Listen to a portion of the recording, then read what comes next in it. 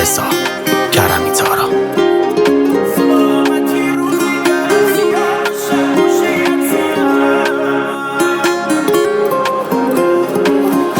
خودم سرگردان و گم و گورم، نمیتونم بخنم تا به زورم.